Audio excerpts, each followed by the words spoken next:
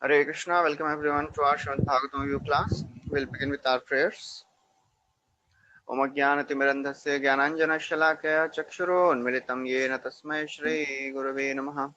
Shri Chaitanya Manobhishtam Sthapitam Yena Bhutale Swayam Rupa Kadamahyam Dadati Swapadantikam Vandeham Shri Guru Shri Yuta Padakamalam Shri Gurun Vaishnavamsha Shri Rupam Sagrajatam Sahagana Raghunathanvitam Tam Sajivam Sadvaitam Savadutam Parijana Sahitam Krishna Chaitanya Devam Shri Radha Krishna Padan Sahagana Lalita Shri Vishakhan Vitamsha He Krishna Karuna Sindhu Deenabandhu Jagatpate Gopesha Gopika Kanta Radha Kanta Namostute तप्त कांचना गौरांगी राधे वृंदावनेश्वरी वृषभानुसुते देवी प्रणमामि हरिप्रिये वाञ्छाकल्पतरुभ्यश्च कृपा सिन्धुभ्यैव च पतितानां पावनेभ्यो वैष्णवेभ्यो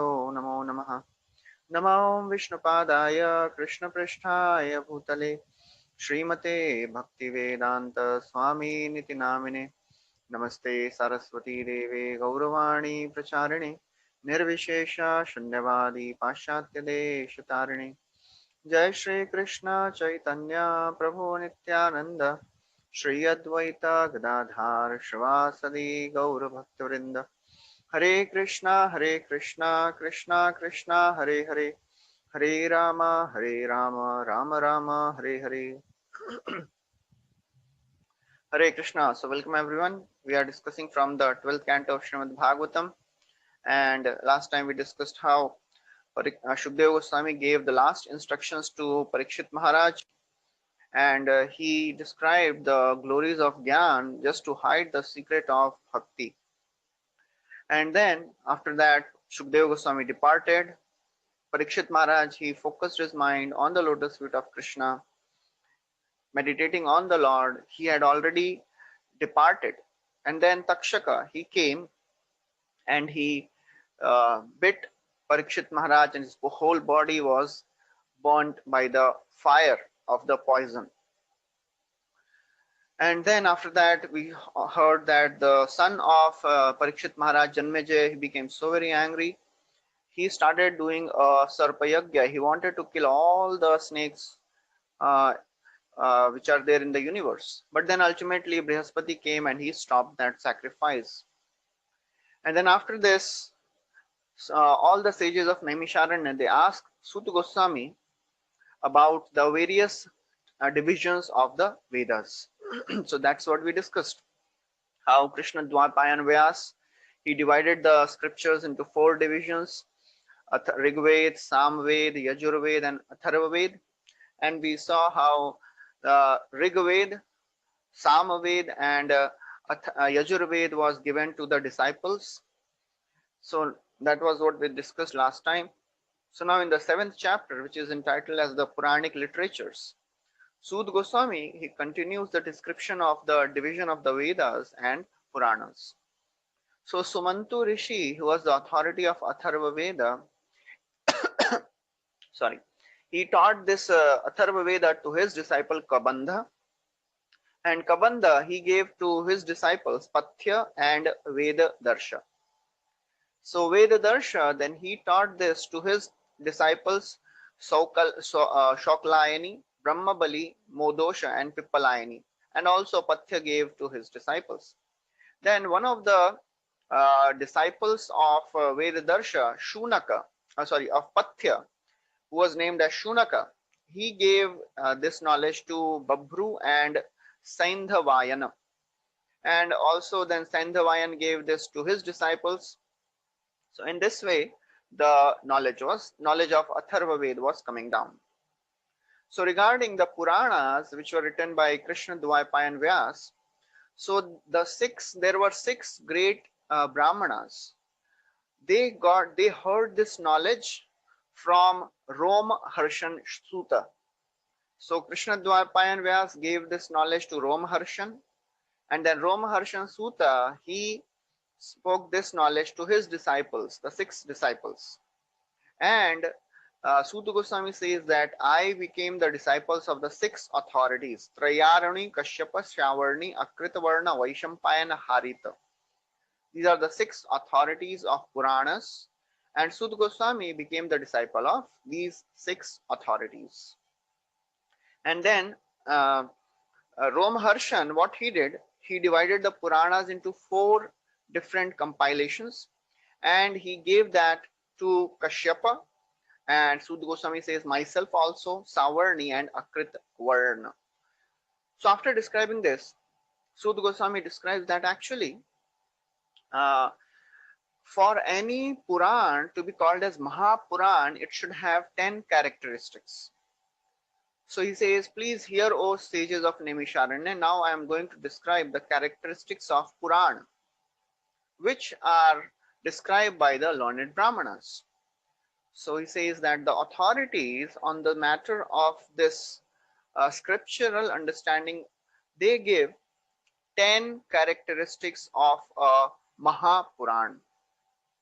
And as we know, we have heard in the second canto also, Atra Sarga Visargascha Sthanam Poshanam Utayah Manvantara Isha Anukatha Nirodha Mukti and Ashraya.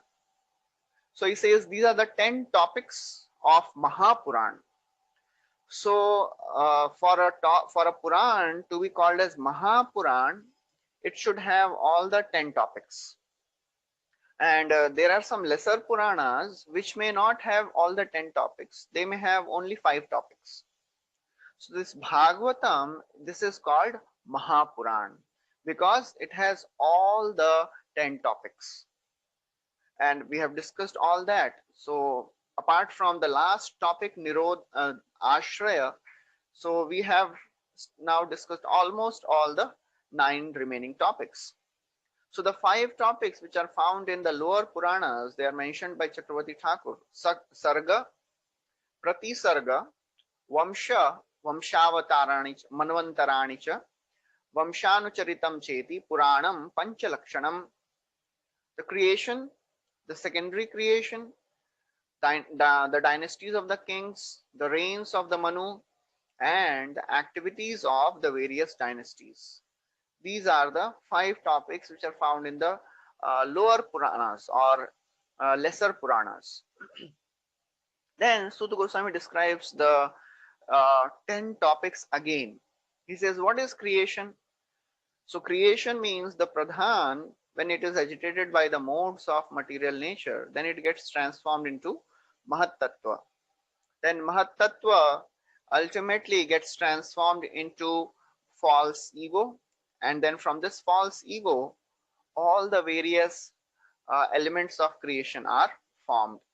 Mind, the 10 sense devatas, the prana, intelligence, everything is formed. What is secondary creation?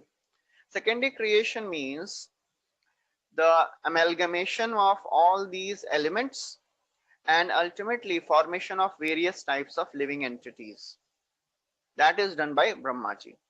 So just like a seed produces additional seeds, similarly, the activities of various living entities, they produce various types of life forms.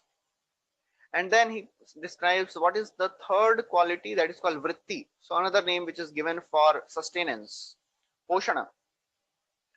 So how Lord maintains and sustains all the living entities. For humans, uh, one has to act to earn his livelihood according to one's nature. And all the desires should ultimately be used for the pursuit of self-realization. And then Suta Goswami says that in each age, Supreme Personality of Godhead takes incarnation to protect all the living entities, to protect the universe, to kill the enemies, to kill the demoniac personalities. And then he says about the Manvantara. So it is described, we have heard in the 6th canto also, 7th canto and 8th canto. 8th canto basically deals with various Manvantara avatars. So in every reign of Manu, so currently the 7th Manu is going on. In every reign of Manu, there are 6 avatars, 6 personalities who appear. Manvantaram Manurdeva Manuputra Sureshwara Rishayo Amshaavatarascha Hare Sadvidam Uchyate. So these are the six personalities. First of all, Manu, the the predominating personality, the Manu, he takes birth. Then Devatas, the ruling demigods, they also appear. Manuputra, the sons of the Manu, Sureshwara, Indra, Rishayaha, the Saptarishis, and Amshavatar, the Manvantara avatar. All these six type of personalities, they are the incarnations of Supreme Lord himself. That is Manvantara. Then he describes what is Ishanu Katha. So Ishanu Katha means the various dynasties of king originating from Brahma. And ultimately those kings, they extend through all the times. And then he describes about the dissolution, the pralaya. There are four types of pralaya we heard earlier yesterday. There is a naimittika pralaya, prakritika pralaya, atyantika pralaya, and there is a nitya pralaya. So he describes what is that pralaya. Pralaya means the ultimate annihilation.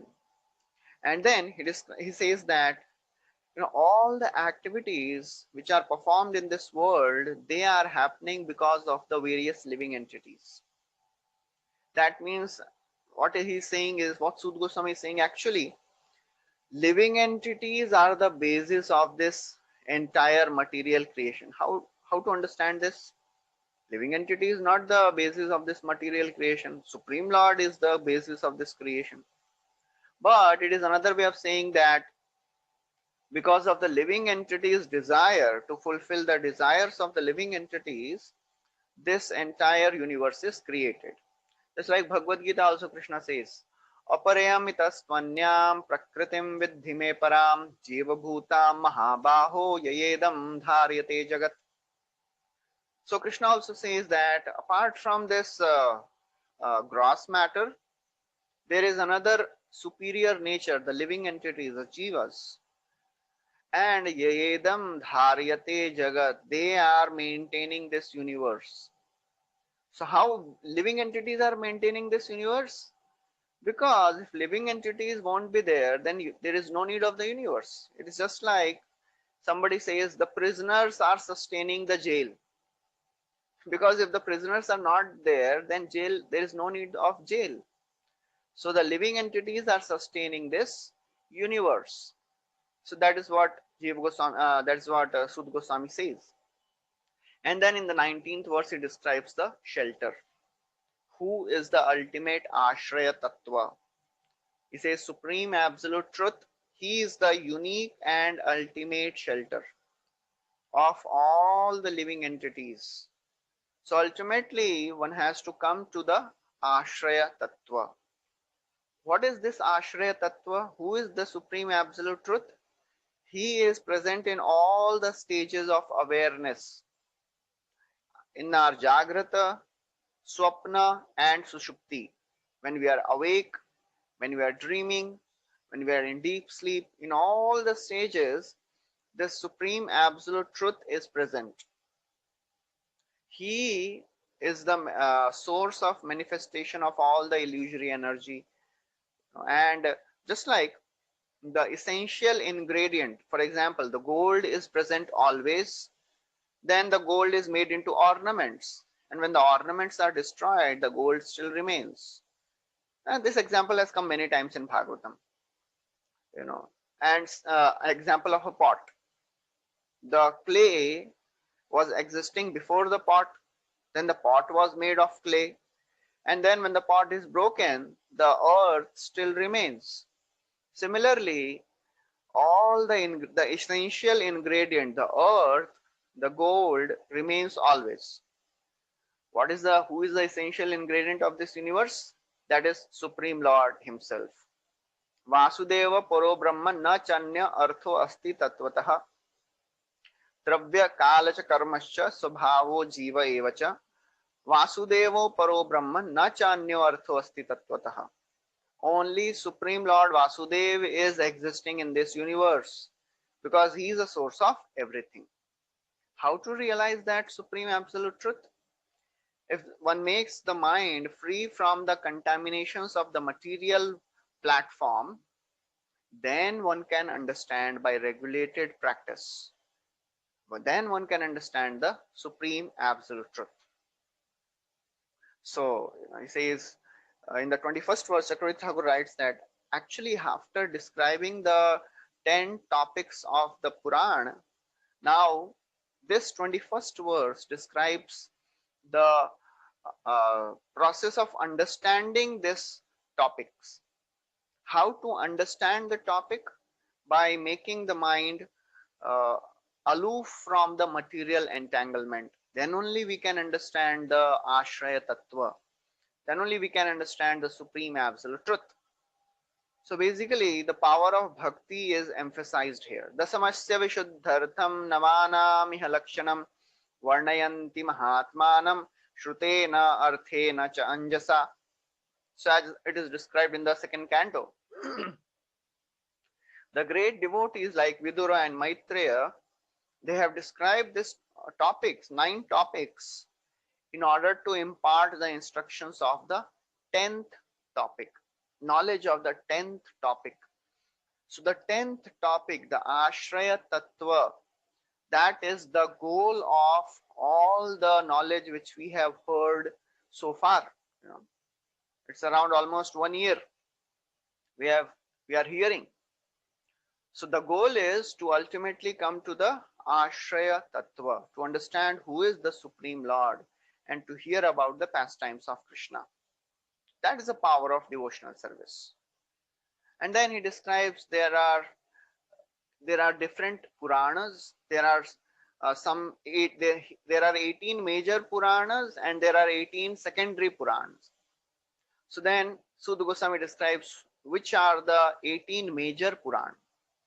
He says Brahma Puran, Padma, Vishnu Puran, Shiva Puran, Linga, Garuda Puran, Narad Puran, Bhagavat Puran, Agni, Skanda, Bhavishya, Brahma Vaivarta, Markandeya, Vamana, Varaha, Matsya, Kurma, and Brahmanda Puran. These are all Mahapuran. So one who listens this narration of the expansion of Vedas by Vyasadeva and his disciples, what will happen? What is the Falastuti? If anybody who hears this narration, how Vyasadeva he gave this knowledge of Vedas to his disciples, he will increase his spiritual strength. So that is the end of the 7th chapter. So now in the 8th chapter, which is entitled as the Markandeya's prayers to Nara Narayan Rishi. So the sages of Naimisharanya, headed by Shaunak Rishi, when they heard about Markandeya Puran, Shaunak Rishi, he got a desire to hear about Markandeya Rishi. He says, Suta Jivam Chiram Sadho Vadano Vadatambara Tamasya Pare Brahmatam Nrinam Tvam Paradarshanah. He says, Oh Suta, Suta Jiva Chiram, may you live a long life, O saintly personality, O Suta Goswami. May you live a long life. Vadano Vadatambara. Please continue speaking to us. Don't stop the narration because tamasya pare brahmatam. Because you can dispel the darkness of ignorance which is there in the heart of all the living entities. You can show the way to the perfection. Then they ask, we have heard that the son of Mrikandu Rishi, and he was Markandeya. Markandeya was son of Mrikandu Rishi. So they say, so Shaunak Rishi is saying, we have heard that he was having an exceptionally long life and he survived even annihilation, which happens at the end of the Brahma's day. And he was so very wonderful personality that he saw Nara Narayan Rishi, the Supreme Lord. And we have also heard that he saw the Supreme Personality as an infant boy lying on a banyan leaf. But there is one confusion we have. Shaunak Rishi says, actually, this Markandeya Rishi, he is a descendant of Bhrigu dynasty, just like I am. I am also descendant of Bhrigu. And this is happening in the current day of Brahma, and the day has not ended yet. So how is it possible that Markandeya Rishi, he saw the annihilation? Because we have not experienced annihilation. So how is that Markandeya Rishi experienced annihilation? We are curious to hear about this. Please dispel our doubt. So when Sut Goswami, he hears this, as we have always heard, whenever audience shows interest in hearing the topics of Krishna, topics of devotees, the speaker becomes very, very enlivened.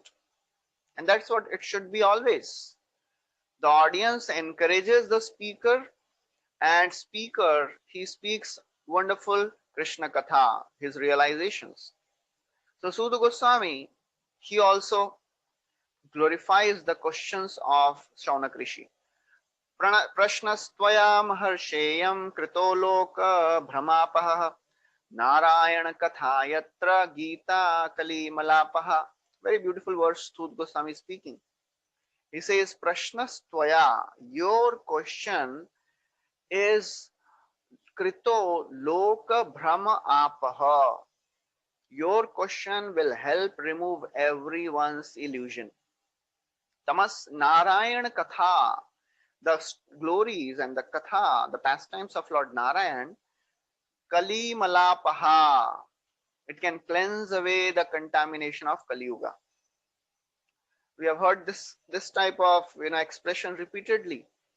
Munaya sadhu prishtoham bhavadbhirlokamangalam yatkritah Krishna samprashno yena atma suprasidati.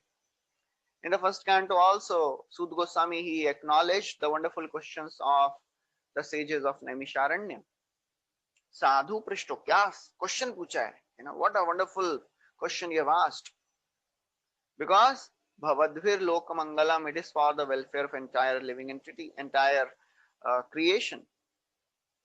And then, when Shukdev Goswami asked, when Parikshit Maharaj asked Shukdev Goswami, what is the duty of a person who is about to die? And what is the duty of a person always? What one should hear, remember, and chant. What one should not hear, not remember, not chant. When Shukdev Goswami heard this question, right in the beginning of the second canto, Shukdev Goswami also appreciated. Varyanesha te prashna krito loka hitam ripa atmavid sammata pamsam shrotavyadishu yah paraha. Varyaneshu, you have asked the best of the questions. Krito lokahitam, O king, this is for the welfare of people in general. Atmavid sammataha, this is actually pertaining to the soul and to the supreme. So this is worth hearing. So after glorifying the questions of Shaunak Rishi, Suda Goswami starts the description about Markandeya Rishi. Who was actually Markandeya Rishi? So Markandeya Rishi, he underwent purificatory rituals by his father. His father, he did all the samskaras for his son. And it's Markandeya Rishi, by his strict study, he became so very advanced in austerity, so very advanced in Vedic knowledge, that actually he remained lifelong celibate. He, although he was a very, very powerful sage, he remained like a simple brahmachari. Every day, regularly, he would worship 5 forms of the Supreme Lord: the sacrificial fire, sun, the spiritual master, the brahmanas, and the super soul within.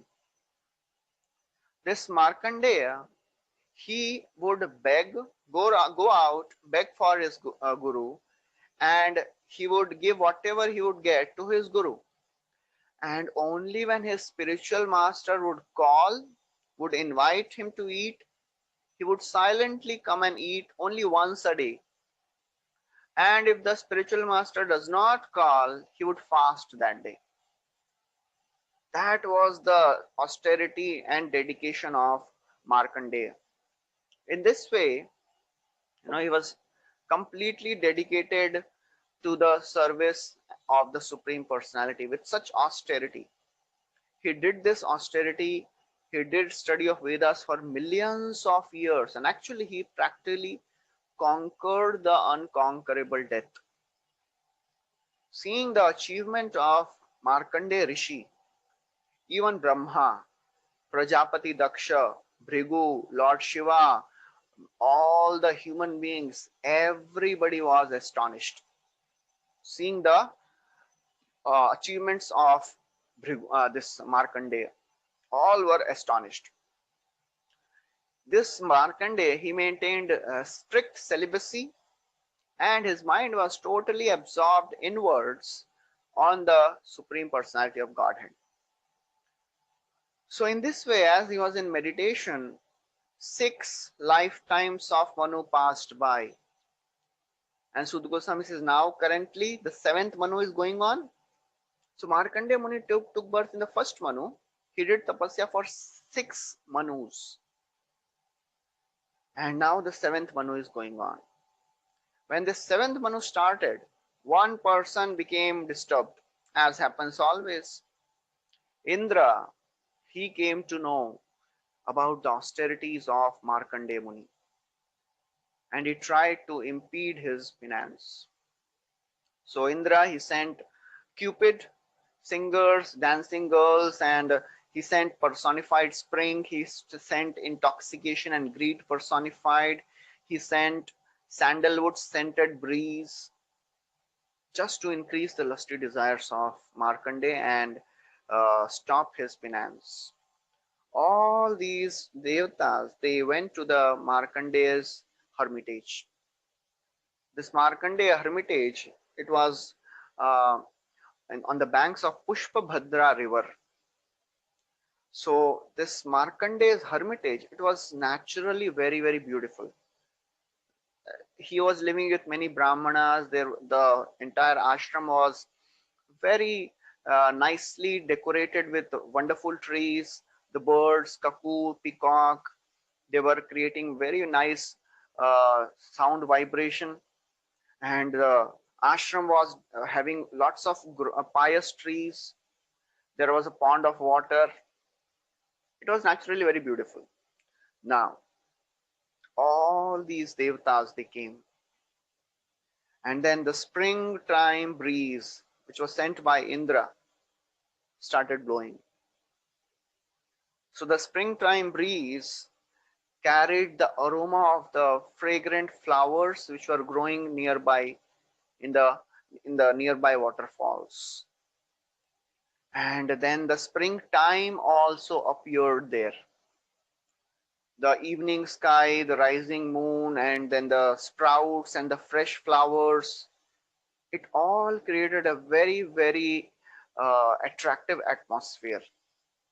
Then Cupid entered the ashram with a group of Gandharvas. These Gandharvas, they were playing wonderful musical instruments.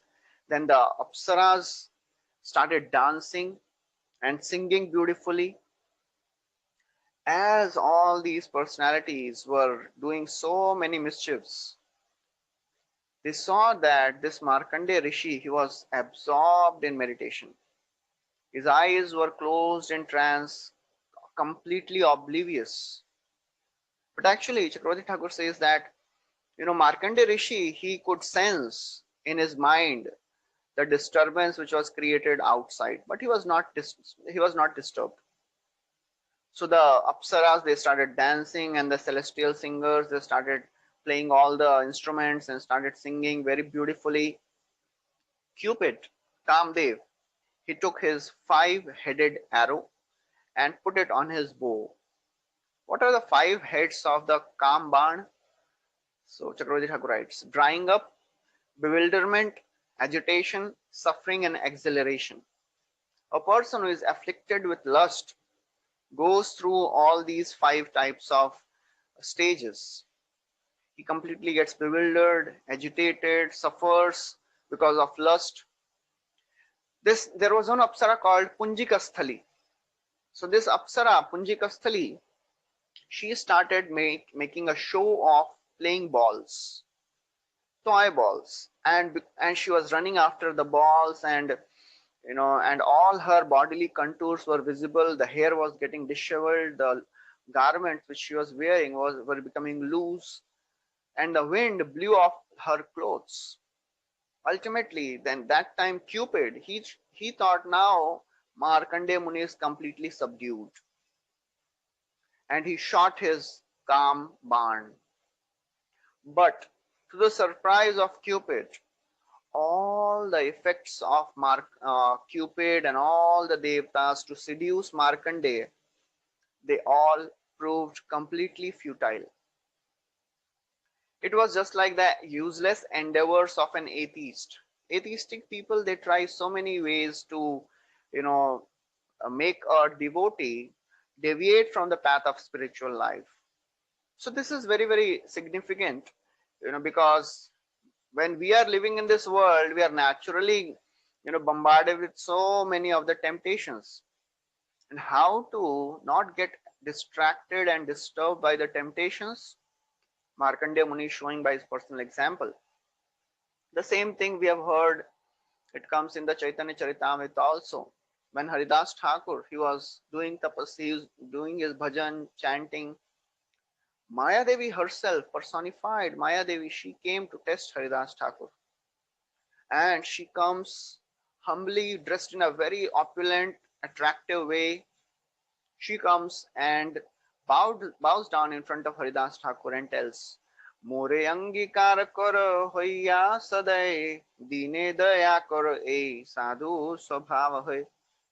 She is telling to Haridas Thakur, Oh Haridas, please accept me. It is the nature of the sadhus to give mercy to the uh, uh, surrendered souls. एतो बोली नाना भाव करोए प्रकाश यहार दर्शने मुनि रहोए धैर्यनाश. And then she started showing all her feminine beauty, seeing that even the greatest sober personalities could lose their control. But what was the condition of Haridas? Nirvikar Haridas Gambhir Ashay Bolite Lagila Kichu Hoya Sadai. Haridas Thakur was Nirvikar. He had no temptations, no disturbance in his mind. And then, out of his mercy, he felt compassion on this lady. And he told, Sankhya Nama Sankirtane Mahayagya Manye Tahate Dikshitami Hoye Pratidine. He says, I have taken a vow to chant 1 lakh names every day. Sankhya Nama Kirtan. So therefore, till the time this this 1 crore names in 1 month. So till the time my vow does not end, I cannot stop. Yavat kirtan samapte nahi na koryanya kam kirtan samapti hoile hoye dikshar vishram. This is a very, very important verse. If we can apply this one word in our lives will change. So Haridas Thakur is saying, जब तक मेरा कीर्तन खत्म नहीं होता है, I do not do any other work. मेरा जपा खत्म नहीं होगा तो मैं कुछ और नहीं करूंगा. यावत कीर्तन समाप्ति न है ना कोई अन्य काम. कीर्तन समाप्ति होइले होए दीक्षार विश्राम. And then only after my chanting is over, then I do anything else. So Chaitanya Mahaprabhu, he often chooses extreme examples to emphasize the importance of chanting. How we should take this chanting very seriously, make it a priority in our life. And then there will be no distractions, no disturbances. Krishna Nama Vishtamana Sada Haridas Aranye Rodita Hoila Sri Bhava Prakash. Maya Devi, she was showing all the different bodily features, but Krishna Nama Vishtamana, because Haridas Thakur was absorbed in chanting the names of the Lord, all this show of feminine beauty did not have any effect on Haridas Thakur.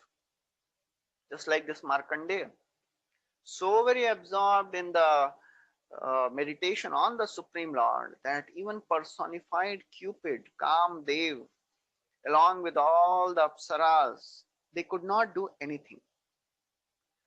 So then Cupid and his followers, when they realized that nothing is happening, they started feeling burning inside because of the potency of this Markandeya, and they became all afraid. Just like a children who have aroused a sleeping snake, the children becomes afraid. Similarly, all these devatas, they became afraid because they have tried to disturb Markandeya Rishi. So the sage, because he has not succumbed to the influence of false ego, he was completely absorbed in meditation. He was not at all affected. So everybody silently went back and told Indra everything. Indra, when he heard this, he was most astonished because none of the sages had, they were able to overcome this temptation of lust. But Markandeya Muni could do it very easily. So then after this, you know, Markandeya continues the tapasya, and by the tapasya of Markandeya Muni, Nar Narayan Rishi, the Supreme Lord in the form of Nar Narayan, they become very pleased with the tapasya of Markandeya, and they appear in front of Markandeya. The beauty of Nar Narayan Rishi is described. One was whitish in complexion, other was blackish in complexion. They were having eyes which were like the petals of the blossoming lotus flowers. They were wearing garments of deer skin and bark. They were having in their hands, they were having water pot, beads of lotus seeds, and they had a staff, and they were carrying a darbha grass symbolizing the Vedas. And in this way, they were looking like austerity personified. They were looking so very effulgent. As soon as Markandeya, he saw this Nar Narayan Rishi, the Supreme Lord, and the devotee personally coming, appearing in front of him, he stood up, he offered obeisances, offered Dandavat Pranam, fall. He fell flat like a rod, and then he got up. And just by seeing the two lords in front of him, he was really satisfied. His mind was completely satisfied. He went into ecstasy actually. His hair started standing on end. He started crying tears, so much so that he could not even see the Lord properly.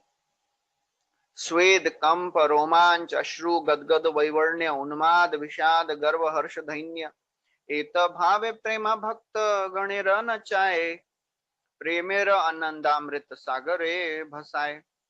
So all these are the symptoms of ecstasy which appears in the devotees. So again he stood up, he bowed down with humility and started offering prayers. Actually, he was so very ecstatic in his eagerness, he was embracing the two lords in his mind.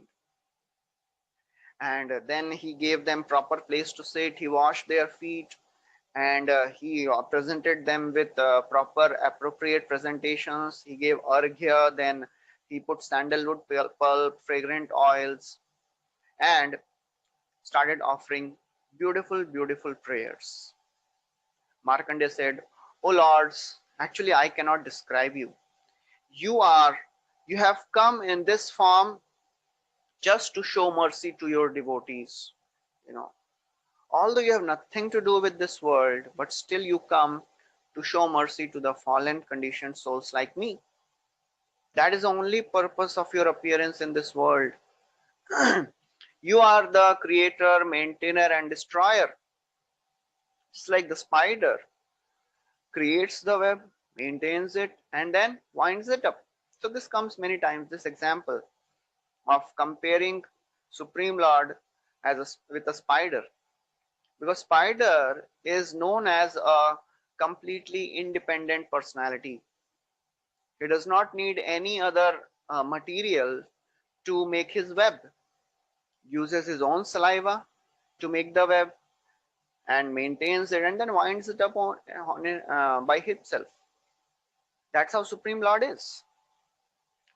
So the sages, this Markandeya, he continued to glorify. He says, "Oh my Lord, anyone who takes shelter of your lotus feet, he becomes free from the contamination of this material world."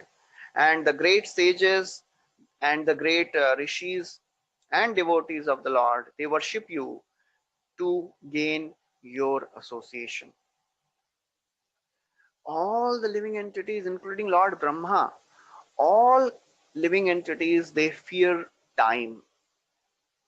Therefore, I take shelter of your lotus feet to get liberation from this fear. Only by worshipping your lotus feet, O my Lord, one can attain everything. So therefore, it is very, very important that anybody who takes shelter of Krishna, even if he has some material desires, he gets purified of these desires. That's what Chakravarti Thakur writes. That Krishna, that Nar Narayan Rishi, when they hear this, they may be thinking, but if you have some material desires, you can go to the Devatas. He says, no. Even if somebody has material desires, they should go to you, because by approaching you, one attains everything. Satyam dishatyartitamartito nrinam naivarthadoyat punararthitam yatah swayam vidatte bhajatam anichchatam ichchapithanam nijapad pallavam. So this is a very beautiful prayer spoken by the Devatas in the 5th canto. So there the Devatas are praying. It is true that anybody who comes to Krishna with whatever desires, Krishna gives that desires, fulfill that desires. But he fulfills that desire in such a way that the person will not ask for the same desire again. How this happens? Swayam vidhatte bhajatam anichchatam. Krishna gives himself. He gives the nectar of his lotus feet to his devotees. And what is the qualification of this lotus feet? Ichcha pidhanam nijapad pallavam. The lotus feet of the Lord is Ichcha pidhanam. It is a reservoir of all desires. All desires get fulfilled. So the sages, they say that actually you accept the three modes for creation, maintenance, and destruction, but the great souls, the liberated souls, they specifically are interested in mode of goodness, because the mode of goodness helps one to get liberated from this world. But mode of passion, mode of ignorance, they make one fearful. So this mode of goodness is ultimately bringing one to the platform Shuddha Sattva, pure goodness, where there is no contamination of passion and ignorance. So he says, now I offer my obeisances unto the Supreme Personality of Godhead, who is the source of entire creation, the Supreme Lord Narayan, the Supreme Worshipable Deity, and I offer my obeisances to Nara, the Supreme Human Being, who is fixed in all goodness, and he is the propagator of Vedic literatures.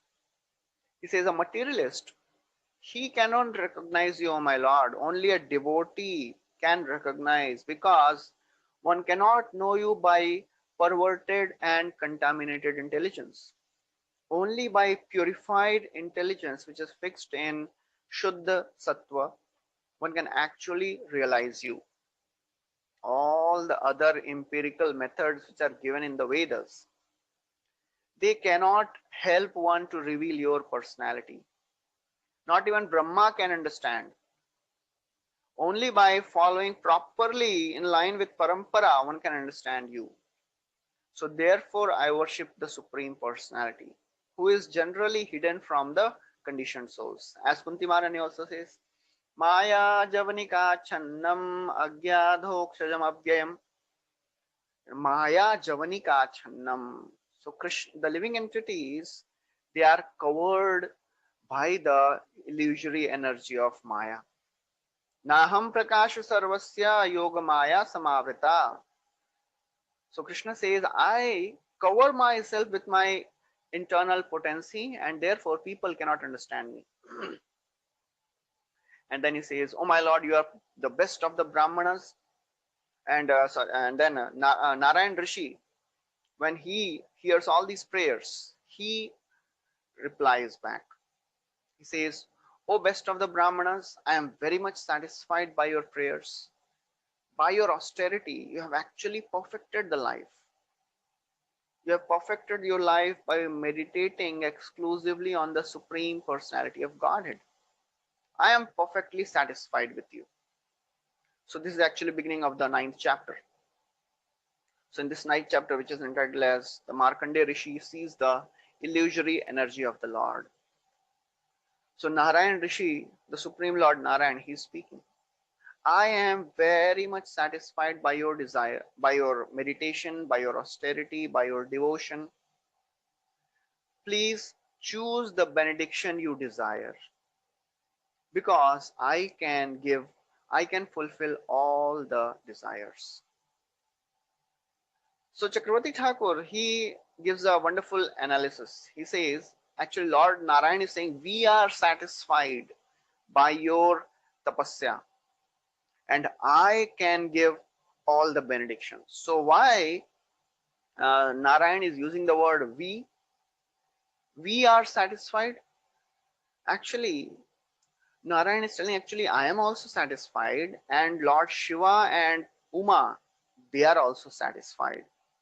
And in the next chapter, we'll hear how Lord Shiva is also very much happy and satisfied by seeing the unparalleled devotion of Markandeya. And why he says, I can grant all the benediction, because Krishna is the only person who can grant the ultimate benediction of Krishna consciousness.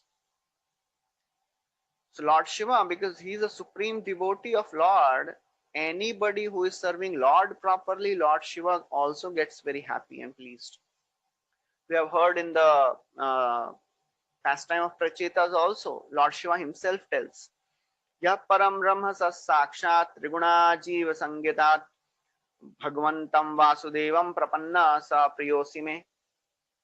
Anybody who surrenders to Lord Vasudev, prapanna sa priyosime, that person becomes very, very dear to me. So when Lord Narayan, he tells Markandeya, please ask something. So Markandeya Rishi replies. He says, oh my lord, you remove the distress of all the surrendered devotees, and just because there's the fact that you have allowed me to see you, that itself is a greatest benediction. Because you, just by your darshan, the distress of all the living entities are removed. It is described earlier also. Mukhena loka arti harasmitena parismurat kundalamanditetena shonaitena dharbimba bhasa pratyarhayantam sunasena subhrava. Mukhena loka arti hara. Just by beholding the beautiful face of the Lord, taking darshan of the face of the Lord, loka arti hara, all the distress of the living entities get destroyed. Parisfurat kundalamanditena, and just by looking at the beautiful smile of the Lord, one becomes enlivened. So Markandeya is telling, oh my Lord, you remove all the distress of your surrendered souls. Just because now I have your darshan, that is the benediction, that is all what I want. But, and then he says, actually even Brahma and all the other devatas, they are also hankering to have darshan of your lotus feet. And just by taking the lotus feet of you, O my Lord, the devatas, they have attained their exalted position. And Rattam Das Thakur, he also he prays a wonderful bhajan. He writes in that, Jepada lagiya brahma kritartha hoila Jepada Narada Muni Hridaya Dharila. So just by putting the feet of Lord on his head, Brahma has become such glorious. The feet of Lord is held by Narad Muni in his heart. So he says, Markandeya is saying, I am satisfied, but still, I wish to see your illusory energy. I wish to see how the entire world is bewildered by your illusory potency. So it is described that Markandeya Rishi was curious to see the illusory potency, not because he wanted to uh, enjoy it, but because he wanted to see how living entities are put into illusion, so that he can be careful. So Sudha Goswami says, O Shaunaka, when Lord Narayan he heard this prayer of Markandeya, he was very satisfied by the worship, by the austerities, and by the devotion of Markandeya Muni. He smiled and said, so be it. And then he departed for his hermitage at Badrikashram. Why Lord smiled? That is very important. Lord smiled because actually seeing Maya Devi is only a cause of suffering for devotees. Curiosity to see the illusory energy of the Lord sometimes may attract the mind of even a greatest of the devotee and make him commit some sinful activity. So therefore, this is very, very important that we should not be curious to see the material potency. We should not be curious to see how fallen people are. Oh, what all people are doing nowadays? How fallen they have become. चलो देख के आते हैं, कितने पतित हो गए हैं लोग. you know. So we should not be curious to find how fallen people have become. Otherwise, just by looking at the fallen condition of people and how they are engaging in sinful activities, many times it may happen that we also develop the desires. If somebody thinks that I want to test how much I have become advanced in devotional service, bhakti mein kitna steady ho gaya hu main, so let me test how strong I have become by exposing my senses to sense objects. If I can handle this sense object, that means I have become advanced. We should never ever think of doing like that. If we want to test our spiritual advancement, better to test the spiritual advancement by checking our desires to serve Krishna, by checking how we have become averse to the criticism of devotees, how much we have become attracted to hear the pastimes of Krishna, how much we have become attracted and interested in chanting the names of the Lord more and more. Because many times our happiness is 16th round is done, aaj ka ho gaya. The day we develop the desire to chant the 17th round with the same eagerness, that is the test of our advancement. If we are exposing ourselves with the sense objects just to test, it is suicidal. Because people say, oh, nothing will happen. Even if nothing happens, something still happens. Because the impressions, they are permanent. All the impressions which we are putting in our mind through our senses, every impression is a permanent impression in the mind. So we have to be really careful what all impressions we are putting, not even to test. For example, somebody was saying that if a tiger is sleeping and somebody wants to check, is the tiger sleeping or is it dead? Let me go and pinch the tiger. So if tiger is not dead, then you'll die. So better if the senses are sleeping, if lust anger, they are like tiger. They are sleeping, there is no need to check, chala gaya kya, or still it's there. So therefore, it is very, very important to understand. Haridas Thakur did not go to the prostitute to deliver her. She came and then ultimately she was delivered. But Haridas Thakur did not go to that prostitute to deliver. We should not expose ourselves to the sense objects unnecessarily. We have to be really careful, meek and humble. You know, that is the uh, animal, the very tiny animal in the forest. He is meek and alert, always alert. None of the animals should attack. So our senses, we should be very careful not to expose to any of the sense objects, thinking that ये चलता है, नहीं चलता है.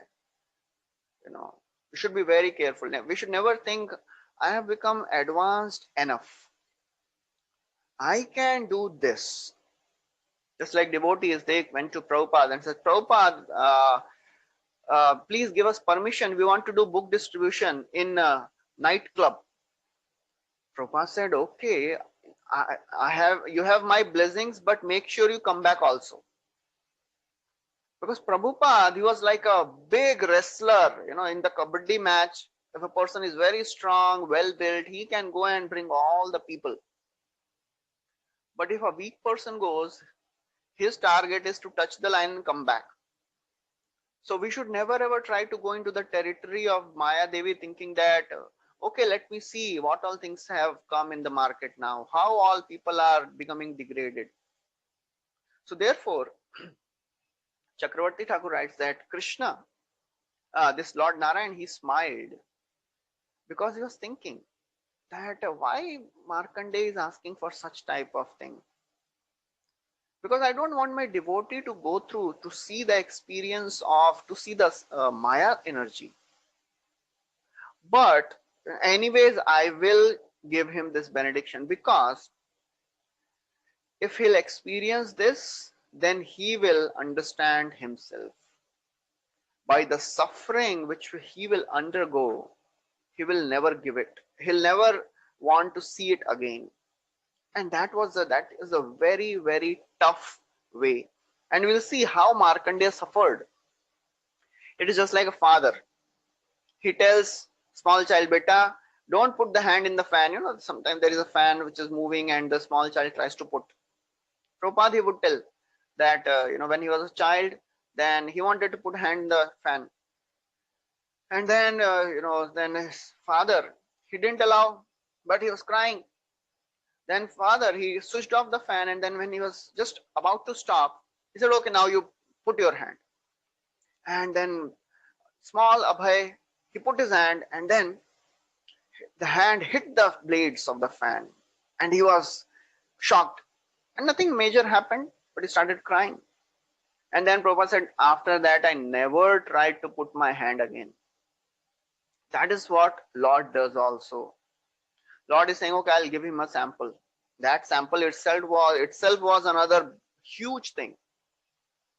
So therefore, for a devotee, in order to bring him to this level, that I don't want to see this Maya energy. Sometimes Lord puts us into such situations where we actually take shelter of the Lord, and then we don't want to leave the Lord. That is the level of a purified soul. Dhautatma purusha Krishna padamulam na munchati mukta sarva pariklesha pantha swasharanam yatha. Just like a person who is purified, he does not want to leave the lotus feet of the Lord. And another interesting thing is, even if a devotee sometimes wants to go and engage in some sense gratification, Lord does not allow it. He drags the devotee back and gives him the nectar of his own lotus feet. So in this way, Lord Narayana was thinking, anyways, he'll never want to see that again. He said, okay, so be it. And Lord departed. So Markandeya Rishi, he was always thinking of his desire, when it will get fulfilled. So interestingly, although Lord uh, gave the benediction, but Markandeya Rishi did not see the result immediately. In our spiritual life also, we may think, "Arey, I have not developed the taste. Kab milega taste? When I'll, kabbe habe bolo se dina mar, all these songs, and when I'll cry chanting the names." So the mercy is already there. Only thing we have to do is we have to be patient.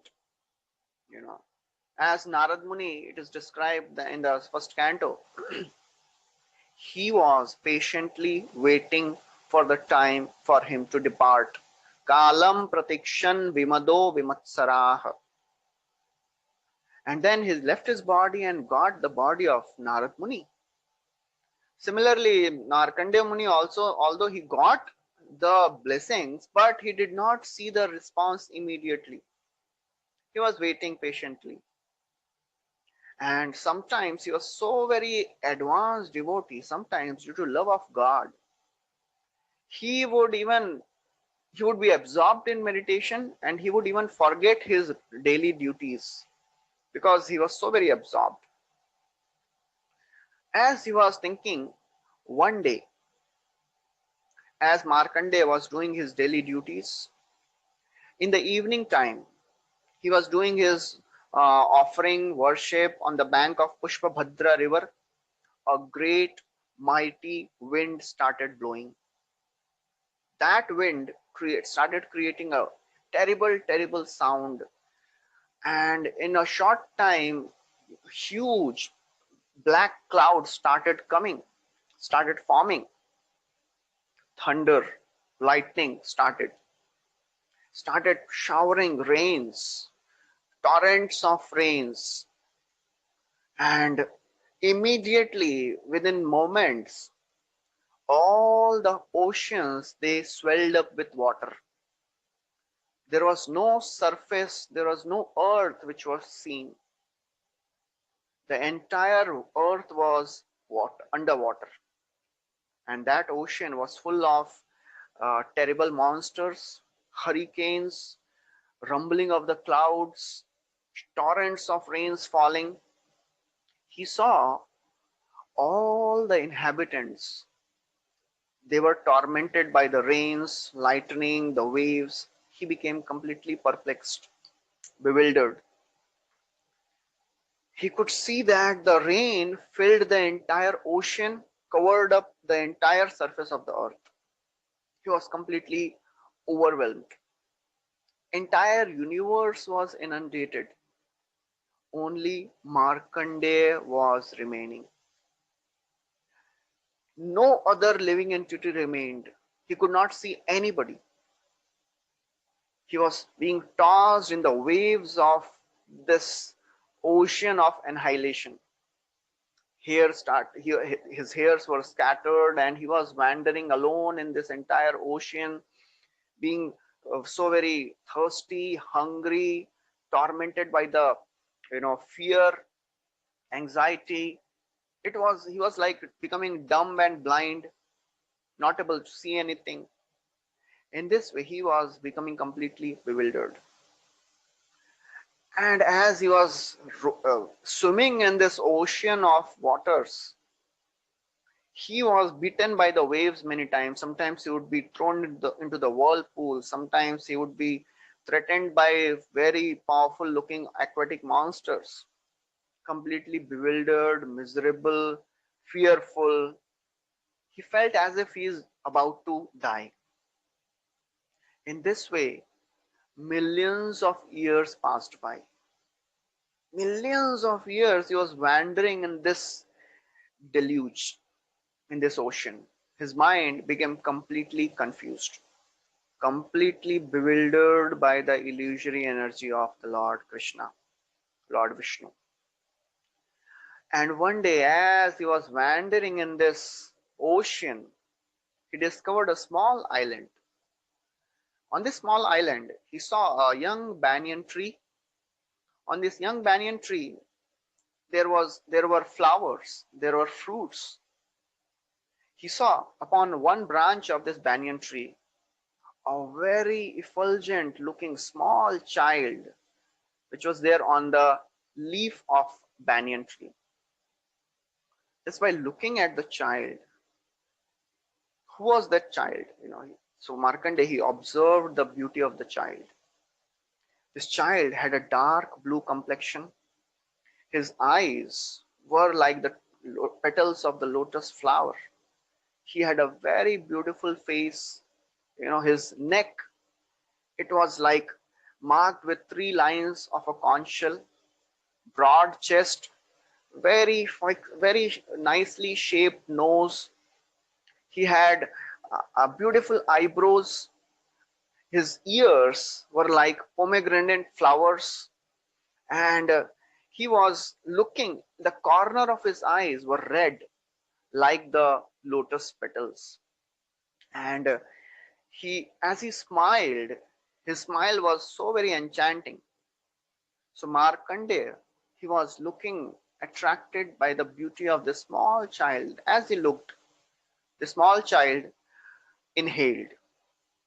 And as the child inhaled, his hair trembled, his deep navel became disturbed because of the movements of the skin of the abdomen. And as this child inhaled, this Markandeya Muni, he was absorbed. He went into the body of this child just like a mosquito. So this beautiful vision of the small child, Krishna, the Supreme Personality, on the lotus, on the leaf of a banyan tree, this is glorified in many of the scriptures by many of the great saints. Why Lord was, and this form of the Lord, this Lord, he was holding his leg, toe, and he was putting with his small lotus-like hands, he was putting the leg in his mouth. Why he was doing like this? Lord was thinking, what is the sweetness of my lotus feet? All my devotees, they are glorifying, the lotus feet. What is the sweetness? I want to taste it. So that's why Lord took this form, just to taste the sweetness of his own lotus feet. Karara vinde padara vindam mukhara vinde viniveshayantam vatasya patrasya puteshayanam balam mukundam manasa smarami. So very beautiful, it is written by Bil Mangal Thakur. Karara vinde padara vindam. So he's saying, let my mind, Valam Mukundam Manasa Smarami, let my mind remember this beautiful form of the Lord, in which Kararavinde, with his lotus-like hands, he's holding the Padaravindam, he's holding the lotus feet.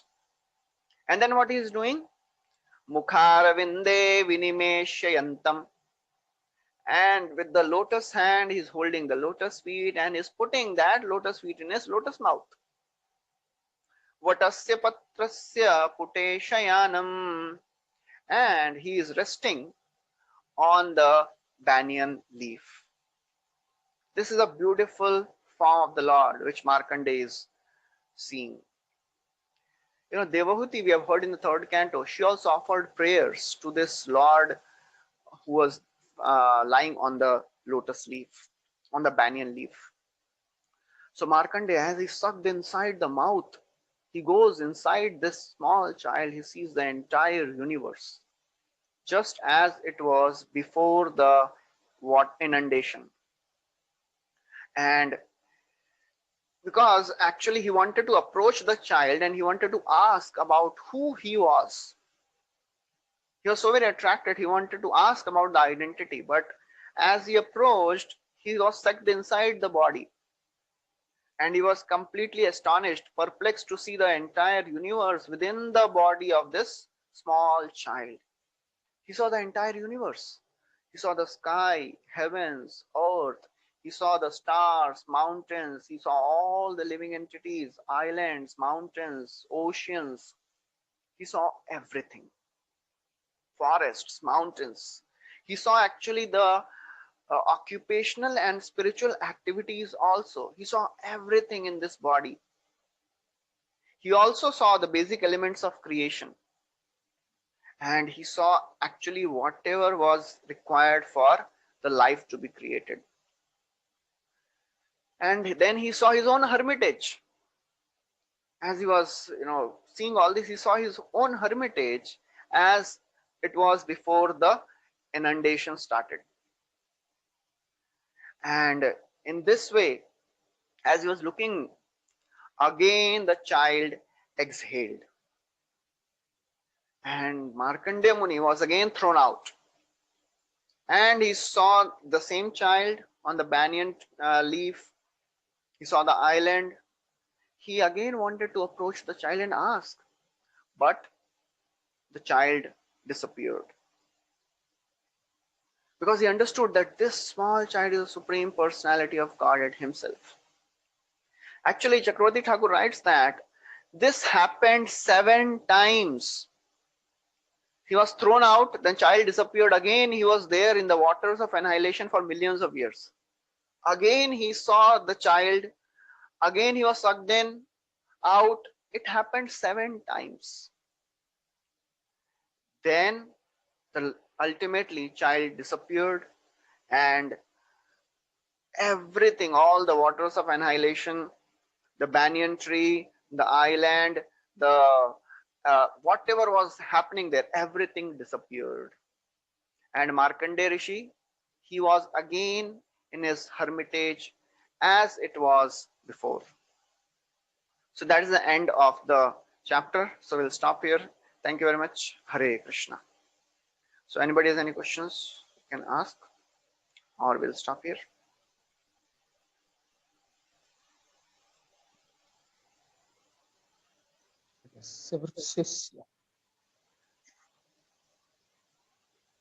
Okay, so thank you very much. Hare Krishna. Srila Prabhupada ki jai.